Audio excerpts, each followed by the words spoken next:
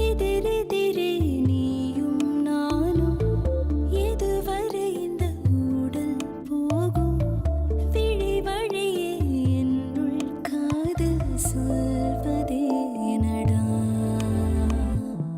விடை தெரியா பேதை நெஞ்சை கொள்வதே நடா பூவே பூச்சூடவா பூவே பூச்சூடவா பூவே பூச்சூடவா பூவே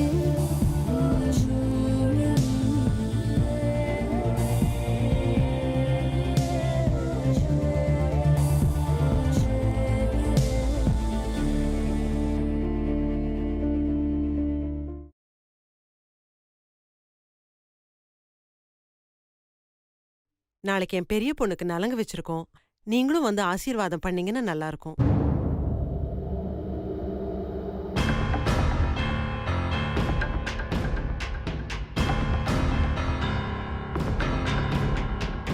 ரொம்ப சந்தோஷம். நாளைக்கு எனக்கு ஒரு முக்கியமான வேலை இருக்கு. வர்றது கஷ்டம்னு நினைக்கிறேன். அம்மா என்னம்மா இப்படி சொல்ற? வேற எப்படி சொல்ற? வரலங்கிறத வரலன்னு தான் சொல்ல முடியும். அம்மா இது நம்ம வீட்டு கல்யாணமா, நீ கண்டிப்பா வரணும். என்னடி சும்மா சும்மா நம்ம வீட்டு கல்யாணம்னு சொல்லிக்கிட்டு.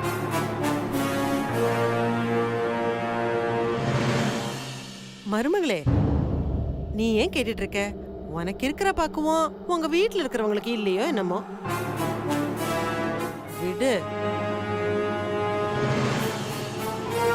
எங்க வழக்கப்படி நான் உங்களை கௌரவமா கூப்பிட்டேன். நீங்க உங்க வழக்கப்படி பதில் சொல்லிட்டீங்க. ரொம்ப நன்றி. வரட்டுங்களா?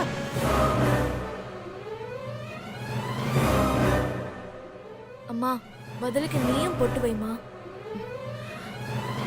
கல்யாணத்துக்கே வரலன்னு சொல்ற, இதுல பொட்டு வை, பொங்கல் வைன்னு. இது பாருங்க, நான் கல்யாணத்துக்குலாம் வரமாட்டேன். நீங்க டைம் வேஸ்ட் பண்ணிட்டு இருக்காதீங்க.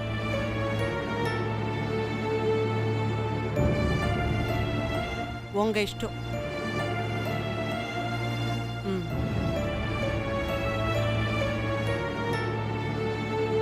என்னம்மா வந்தவங்க கிட்ட இப்படி பேசிட்ட? நீ சின்ன பொண்ணு, உனக்கு ஒண்ணு தெரியாது. சரி நான் போயிட்டு வரேன்.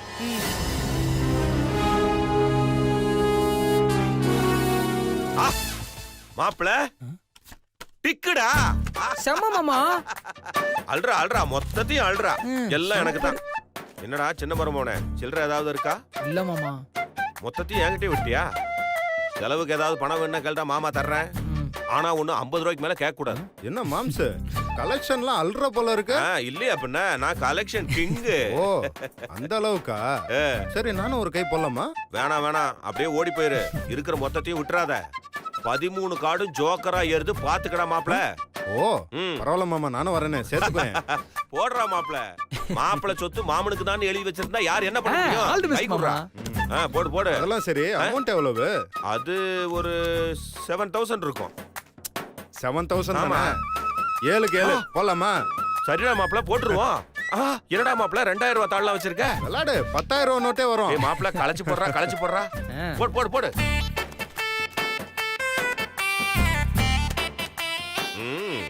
மொத்த பணமும் எனக்கு தான். என்ன மாம்ச 2 கார்டு தான் போயிருக்கு, அதுக்குள்ள ஆசையா?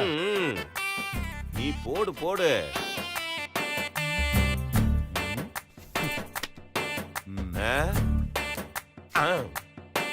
என்ன ஒண்ணுமே சேர மாட்டேங்குது. அதெல்லாம் பாத்துக்கலாம்டா. I am a collection king.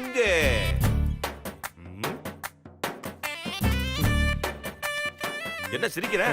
அவ்வளவுதான், முடிஞ்சு போச்சு ஆட்டம். என்ன முடிஞ்சது? பாரு அவுட்.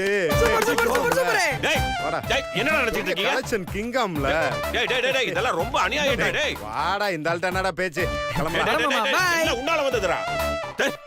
அட பாவிகளா, குடுக்கற மாதிரி கொடுத்து மொத்தத்தையும் வாங்கிட்டு போயிட்டீங்களாடா. இந்நேரம் உட்கார்ந்து ஒழுங்கா பேப்பர் படிச்சிருந்தா 4 ஜெனரல் நாலேஜாவது வளர்த்துக்கிட்டு இருந்திருக்கலாம். சை ராஸ்கல்ஸ்.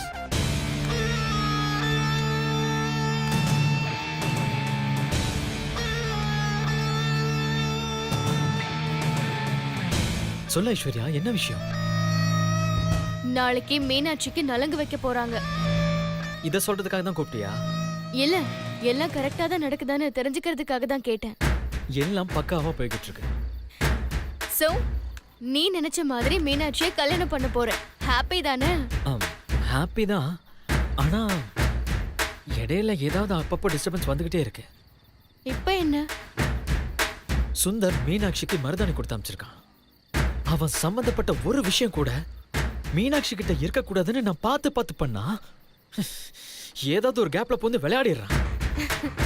விடுங்க கௌதம், புடவை தான் எடுத்து தர முடியல, அட்லீஸ்ட் மருதாணியாவது வாங்கி தரலான்னு நினைச்சிருப்பான். அது சரி, அவன் மருதாணி கொடுத்து அனுப்புனது உங்களுக்கு எப்படி தெரியும்? அதான் இன்டைரக்டா ஹெல்ப் பண்றதுக்கு நமக்கு துர்கான்னு ஒருத்தர் இருக்காளே, அவளே எனக்கு ஃபோன் போட்டு நீங்க மருதாணி கொடுத்து அனுப்புனீங்களான்னு கிராஸ் செக் பண்றா. அப்போதான் சுந்தர் சக்தி கிட்ட மருதாணி கொடுத்து அனுப்பிச்சிருக்கிற விஷயமே எனக்கு தெரிஞ்சது. ஆமா, அவன் மனசுக்குள்ள என்ன பெரிய ரொமான்டிக் ஹீரோ நினைப்பா? அவன் அண்ணன் என்னடானா என்ன முறைச்ச கடுப்பேத்துறான், இவன் என்னடானா சிரிச்ச என்ன கடுப்பேத்திக்கிட்டு இருக்கான். எனக்கு வர கோவத்துக்கு கல்யாணம் நடக்கட்டுமேனு வெயிட் பண்ணிக்கிட்டு இருக்கேன். கௌதம், டென்ஷன் ஆகாதீங்க. எல்லாத்துக்கும் சேர்த்து மொத்தமா கல்யாணத்துல தீர்த்துக்கலாம்.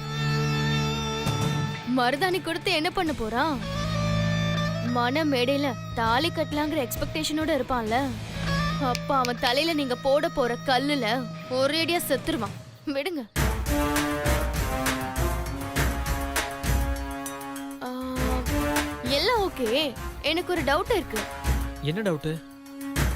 நீங்க சொன்ன மாதிரி தாலி கட்டும் போது போலீஸ் வரும், சுந்தர அரெஸ்ட் பண்ணும். நீங்களும் ஈஸியா மீனாட்சி கழுத்துல தாலி கட்ட போவீங்க.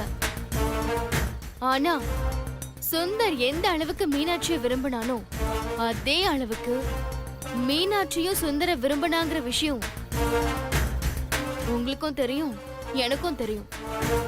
ஆனா சுந்தர அரெஸ்ட் பண்ணி போலீஸ் கூட்டிட்டு போனதுக்கு அப்புறம் உங்களை பிடிக்கலன்னு மனமடையில இருந்து மீனாட்சி எழுந்துட்டா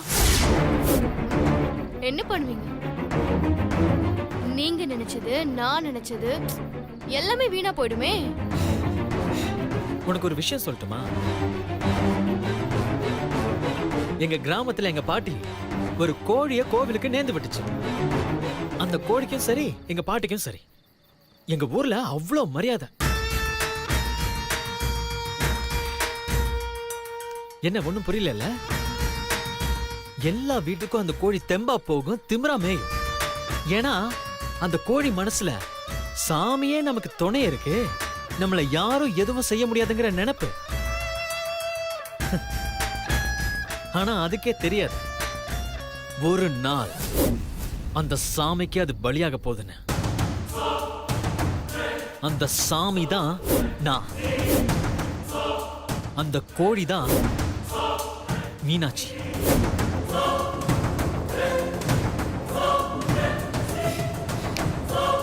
யாரு என்ன பிளான் பண்ணாலும் மீனாட்சி எனக்குத்தான்.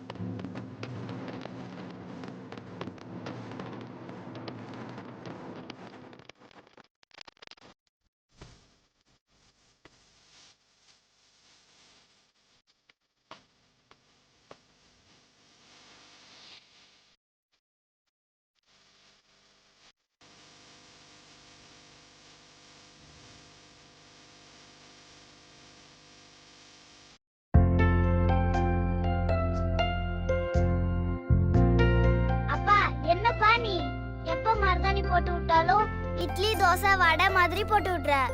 என்னது இட்லி தோசை வடையா? ஆமா, இது தோசை மாதிரி இருக்கா, இதெல்லாம் இட்லி மாதிரி இருக்கா, இது வடையை மாட்டி விட்ட மாதிரி இருக்கு. நீ எப்ப மருதாணி வச்சாலும் இதே டிசைன் தான் போடுற. போர் அடிக்குதுப்பா. பக்கத்து வீட்டு ரூபாக்கா சூப்பர் சூப்பர் டிசைனா வச்சு விடுவாங்க தெரியுமா? அந்த டிசைனை விட இதுதான்டா பெஸ்ட். இதுல என்னப்பா பெஸ்ட் இருக்கு? அது வந்து அந்த காலத்து இளவரசிங்கெல்லாம் இப்படிதான் வச்சுப்பாங்க. நீங்க இந்த வீட்டு இளவரசி இல்ல, அதனாலதான் உனக்கு அதே டிசைனை போட்டிருக்கேன். இளவரசியா? அப்பா, நீங்க அந்த கதையை நிறைய முறை என்கிட்ட சொல்லிட்டீங்க. போர் அடிக்குதுப்பா. வேற கதை, புது கதை சொல்லுங்கப்பா. ஒரு காட்டுல ஒரு ஆமையும் முயலும் க்ளோஸ் ஃப்ரெண்ட்ஸா இருந்துச்சாம். அப்பா, எங்கேயாவது ஆமையும் முயலும் க்ளோஸ் ஃப்ரெண்டா இருக்குமா? ஏன்ப்பா தப்பு தப்பா கதை சொல்ற? பூஜா, கதை சொல்லும் போது லாஜிக் எல்லாம் பார்க்க கூடாது, பேசாம கேட்கணும், புரிஞ்சுதா? சரி சொல்லுங்கப்பா. அந்த முயலும் ஆமையும் ஃப்ரெண்ட்ஸா இருந்தாலும் அந்த முயலுக்கு எப்பவுமே ஒரு கர்வம் இருந்ததா. ஆமையை விட நாம தான் சுறுசுறுப்பு, நம்ம தான் பிரில்லியன்ட்னு எப்பவுமே அதை நினைச்சுக்குமா. ஆமை எப்பவும் மட்டம் தட்டி வர பேசுமா. ஒரு நாள் ஆமை கிட்ட முயல் ஒரு போட்டி வச்சுதான். இந்த வெற்றி கோட்டை யாரு போய் முதல்ல தொடுறாங்களோ அவங்களுக்கு தோத்தவங்க அடிமைன்னு சொல்லிச்சான். அந்த ஆமைக்கு முயலோட கர்வம் புரிஞ்சிருச்சான். ஆனாலும் போட்டிக்கு ஒத்துக்குச்சு. போட்டியும் தொடங்குச்சான். முயல் வேகமா ஓடி முன்னாடி போயிருச்சான். முன்னாடி போன முயல் என்ன பண்ணுச்சுன்னு தெரியுமா? ஒரு இடத்துல போய் நின்னு திரும்பி பார்த்துச்சான். அந்த ஆமைய காணோமா. உடனே அந்த முயல் இந்த ஆமை எங்க ஜெயிக்க போகுதுன்னு சொல்லி படுத்து தூங்கிருச்சான். ஆனா அந்த ஆமை மெது மெதுவா நகர்ந்து நகர்ந்து போய் அந்த வெற்றி கோட்டை தொட்டுருச்சான். முயலுக்கு பயங்கர ஷாக்கு. அப்படியே மயக்கம் போட்டு விழுந்துருச்சு. யாரு முதல்ல ஓடுறாங்கிறது முக்கியம் இல்ல, யாரு ஜெயிக்கிறாங்கிறது தான் முக்கியம். நான் ஜெயிப்பேன். போப்பா, உனக்கு மருதாணியும் ஒழுங்கா வைக்க தெரியல, கதையும் ஒழுங்கா சொல்ல தெரியல. சரி, மருதாணி எதுக்கு வைக்கிறாங்கன்னு தெரியுமாப்பா? தெரிஞ்சா சொல்லுங்களேன். நல்ல கேள்வி. நம்ம மனசுல ஒருத்தர் நினைச்சிட்டு இந்த மருதாணி வச்சா எந்த அளவுக்கு அது சவக்குதோ அந்த அளவுக்கு நம்மள அவங்க நேசிக்கிறாங்கன்னு அர்த்தம். பூஜா, அப்பா கிட்ட பேசினது போதும், டைம் ஆச்சு. சீக்கிரம் படுத்து தூங்கி எந்திரிச்சாதான் காலைல ஸ்கூல் போக முடியும். சரி மம்மி. அப்பா, நான் போய் படுத்து தூங்குறேன். ஓகே ரச்சலாம், போய் தூங்கு. பாய். பாய்.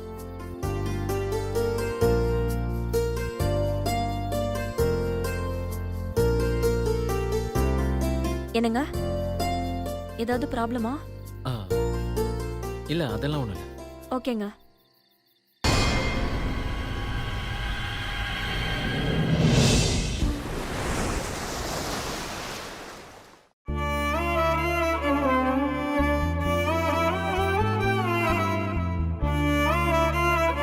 நாளைக்கு எனக்கு நலங்கு வைக்கிறாங்க. நாளையில இருந்து கல்யாணம் வரைக்கும் நான் வெளியில வரக்கூடாது. உங்களை இனிமே பார்க்க முடியாது. ஒரு வாரம் உங்களை பார்க்க முடியலன்னா கூட உங்க நினைப்புதான் என்ன கல்யாண மேடைக்கு கூட்டிட்டு வரும்.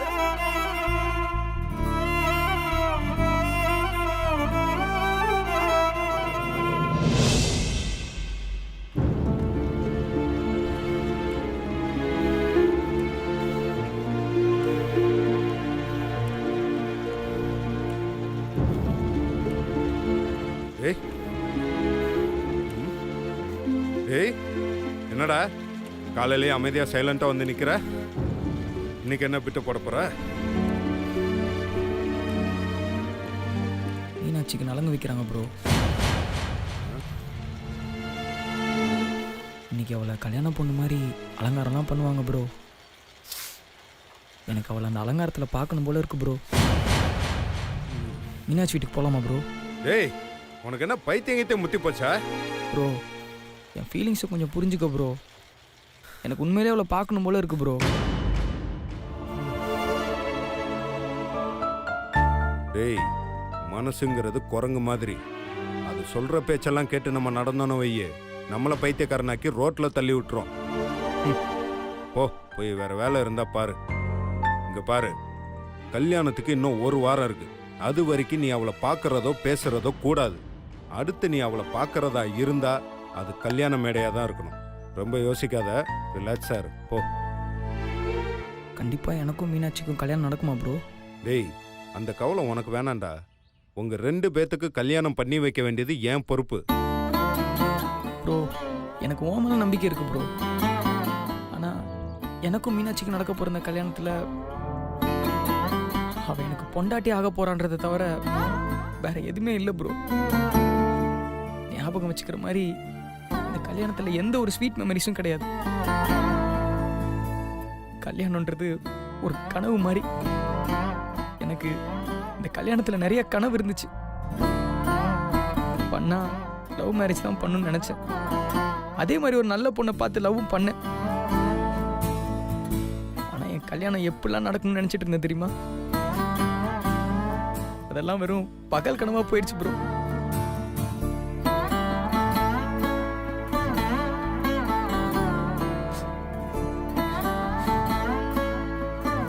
ஆக்சுவலி கல்யாணம்னா எப்படி இருக்கணும் ப்ரோ? முதல்ல நிச்சயதார்த்தம் நடக்கணும்.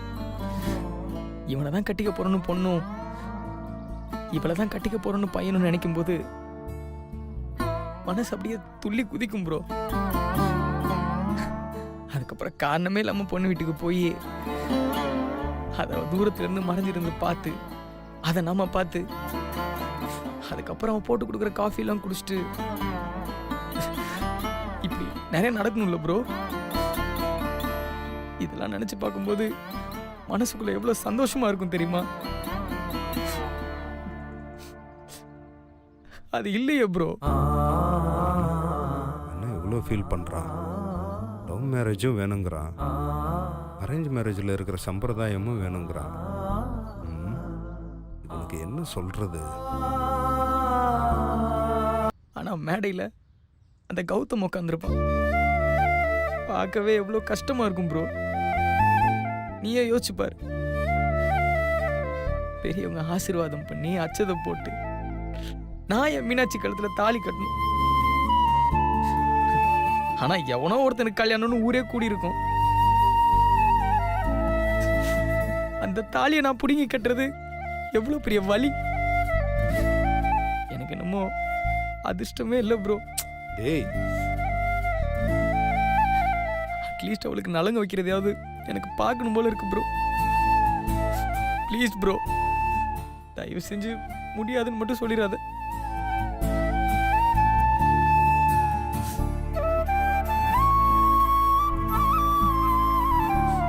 ரிலாக்ஸா இருடா, ஒன்றும் கவலைப்படாத. நான் இருக்கேன்ல, பார்த்துக்கலாம். வா.